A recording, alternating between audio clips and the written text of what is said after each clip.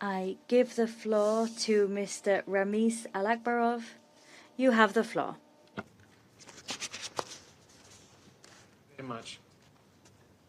Madam President, members of the Security Council, today's briefing is focused on the Secretary General's quarterly report on the implementation of the Resolution 2334 as circulated to Council members last week.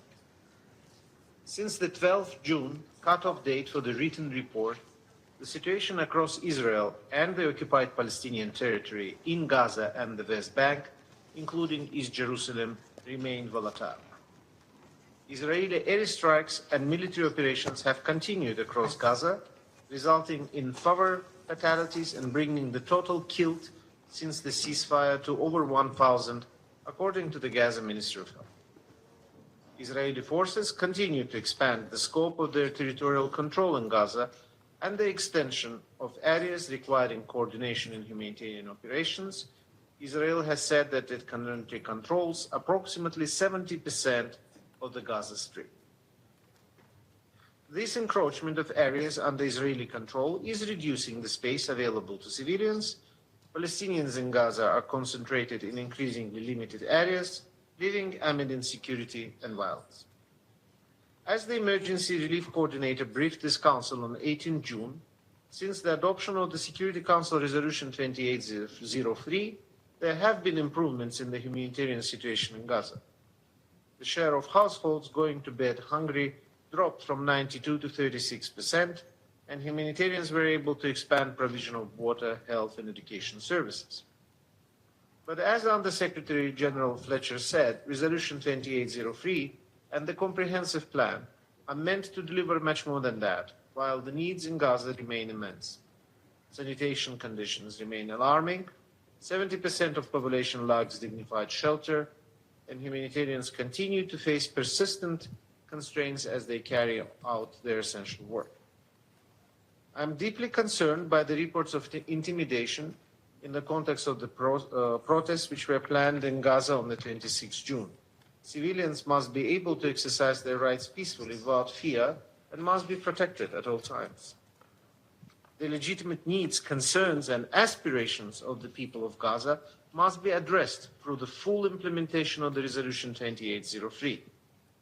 This includes the disarmament of Hamas and all other armed groups in Gaza, the withdrawal of Israeli defense forces and deployment of international stabilization force, the transfer of governance responsibilities to the National Committee for the Administration of Gaza.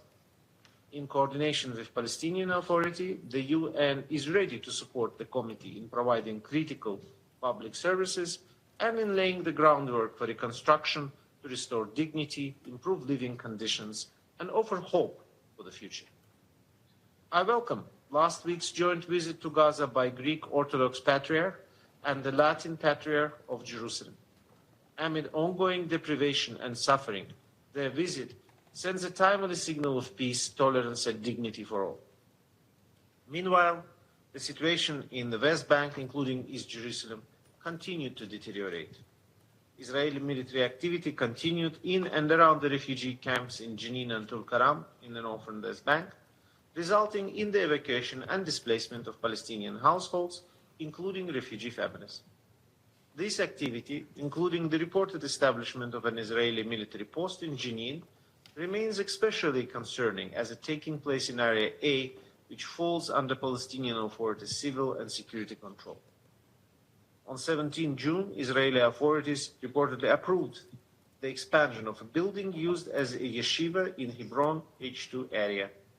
The approval followed the transfer of planning authority from the Hebron municipality to the Israeli civil administration, in line with Israeli Security Cabinet decision of 8 February.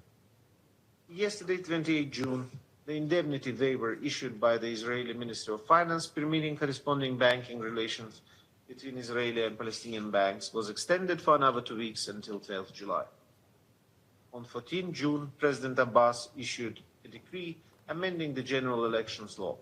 Among other changes, the decree increased the number of seats in the Palestinian Legislative Council, lowered the electoral threshold for winning seats, and required the inclusion of at least one woman among every 3 candidates on a list. The decree also committed to hold the presidential elections in 2027. Madam President, allow me to highlight some of the Secretary General's observations from the report on the implementation of Security Council 2334. I reiterate the Secretary General's strong condemnation of the relentless expansion and acceleration of Israeli settlements in the West Bank. These developments further entrench the unlawful Israeli occupation and threaten the viability of a fully independent, contiguous and sovereign Palestinian state. All Israeli settlements and related infrastructure have no legal validity, constitute a flagrant violation of international law, and must cease immediately. I'm deeply concerned by the steps taken by Israeli authorities to implement formal land registration in Area C. There is a serious risk that this decision will facilitate further settlement expansion and entrenchment of the unlawful occupation. I'm also concerned by broader measures aimed at deepening Israeli administrative and territorial control of the West Bank.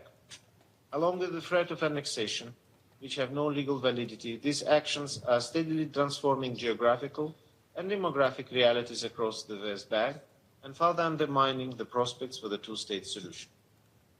The escalating violence and tensions in the West Bank are highly concerning.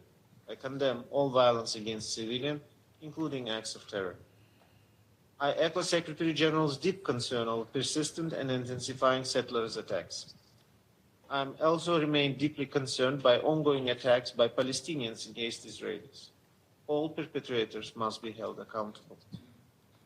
I also reiterate Secretary General's alarm over the scale of displacement of Palestinians in the West Bank.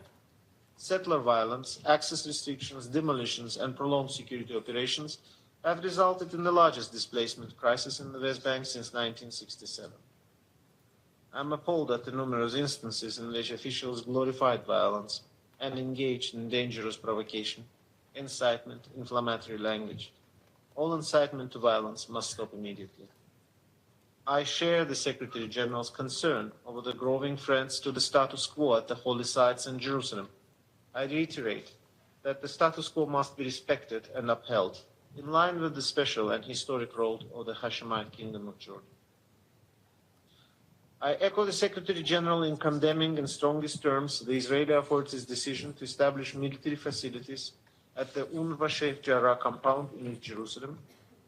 I urge the government of Israel to rescind this decision and immediately return to the United Nations the UNRWA Sheikh Jarrah compound. I also urge member states to continue to politically support and financially sustain UNRWA. Despite the ceasefire announced 8 months ago, Gaza still faces profound uncertainty and immense human suffering. I condemn the continued killing and injury of civilians in Gaza, including women and children.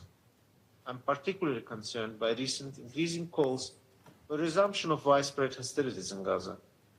This would be disastrous for the Palestinian people of Gaza, for Israelis, and for the entire region. I reiterate the Secretary General's deep concern over the humanitarian situation in Gaza. I call on all parties to facilitate the full, rapid, and unimpeded passage of humanitarian assistance. Provision of humanitarian aid must never be used as a bargaining chip. I welcome the continuing commitment of the international community to supporting the Palestinian Authority and advancing concrete steps towards the realization of the two-state solution. I urge the international community to continue supporting the Palestinian Authority to strengthen its governance capacity, implement reforms, and address its fiscal challenges as it prepares to reassure its full responsibilities in Gaza in line with UN Security Council Resolution 2803. I join the Secretary General in reiterating the strong commitment to the supporting Palestinian and Israelis in ending the occupation and resolving the conflict in line with international law, relevant United Nations resolutions, and bilateral agreements in pursuit of the vision of the two states, Israel and a fully independent, democratic, contiguous, viable and sovereign Palestinian state of which Gaza is an integral part, living side by side in peace and security within secure and recognized border on the basis of the pre-1967 line, with Jerusalem as the capital of both states. Madam President, and thank you and the members of the Council for your attention.